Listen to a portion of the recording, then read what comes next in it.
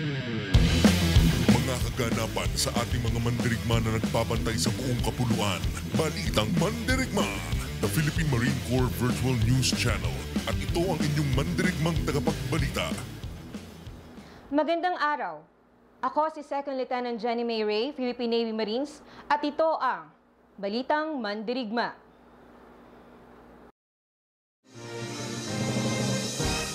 Flag racing isinagawa ng 2nd Marine Brigade sa Tawi-Tawi.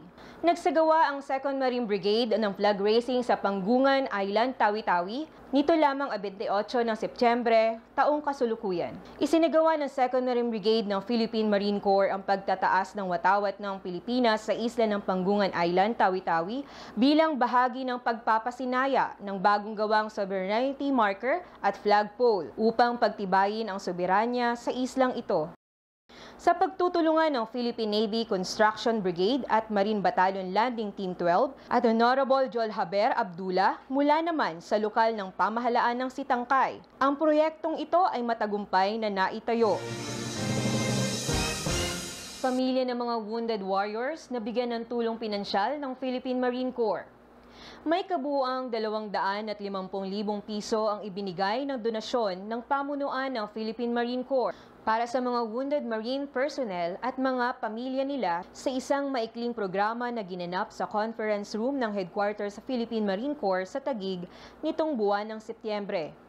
Mismong si Philippine Marines Commandant Major General Arturo Rojas ang nag-abot ng nasabing tulong kay Miss Ana Marie Fernandez, ang presidente ng Philippine Marine Corps Officers Spouses Association Incorporated o PM-COSAI, na siyang nagpapatupad ng mga programa para sa kapakinabangan ng marine personnel at mga pamilya nito.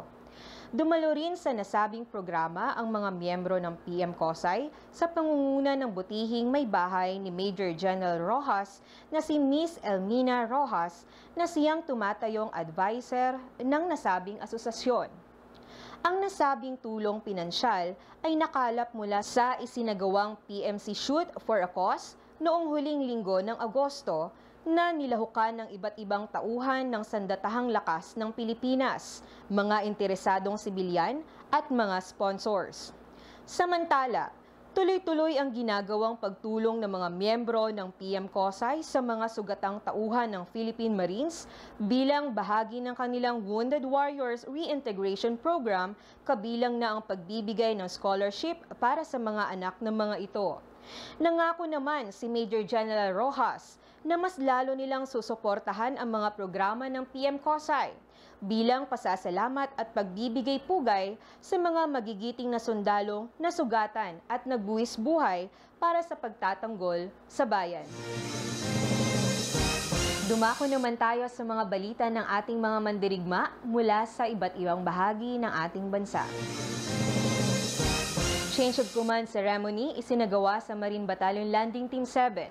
Alamin natin ang detalye ng balitang yan mula sa ating tagapagbalitang mandirigma, Corporal MJ Hayahay, Philippine Navy Marine.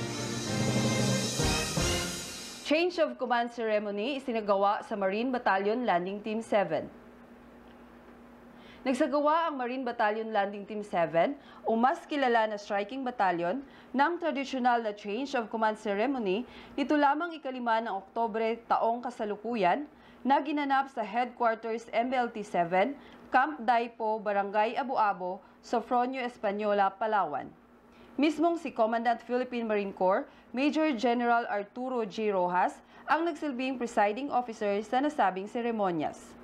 Ang dalawang nagpalitan ng pwesto ay sina Lieutenant Colonel John Paul S. Hakla, Philippine Navy Marines General Staff Corps, at Lieutenant Colonel Geoffrey D. Signo, Philippine Navy Marines.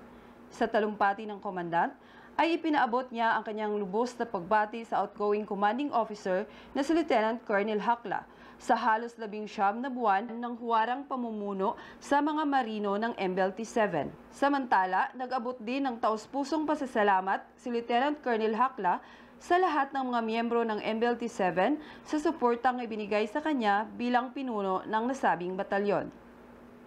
Ipinasa niya ang kanyang tungkulin kay Lieutenant Colonel Signo na siyang dating Deputy Inspector General ng Philippine Marine Corps.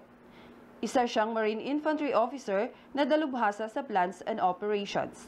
At siya rin ang ika-22 Commanding Officer na mamumuno sa MLT-7. At ayon naman sa kanya, almost 2.5 years ago, was the executive officer of this battalion.